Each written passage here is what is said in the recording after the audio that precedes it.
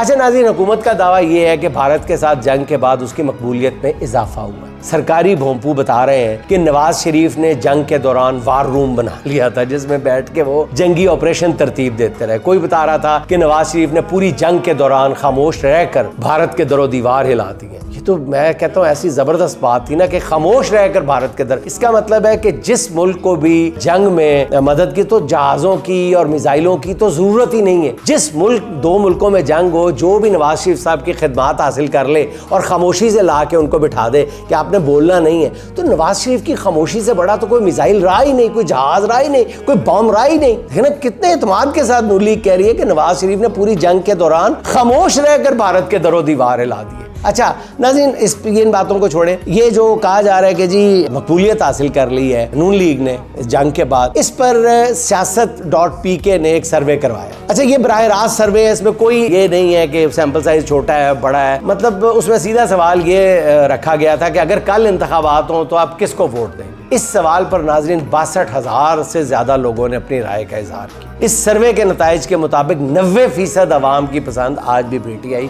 और इमरान खान। सिर्फ 5% लोगों ने नून लीग और 1% से कुछ ज्यादा लोगों ने शायद पीपल्स पार्टी को वोट देने की बात की है।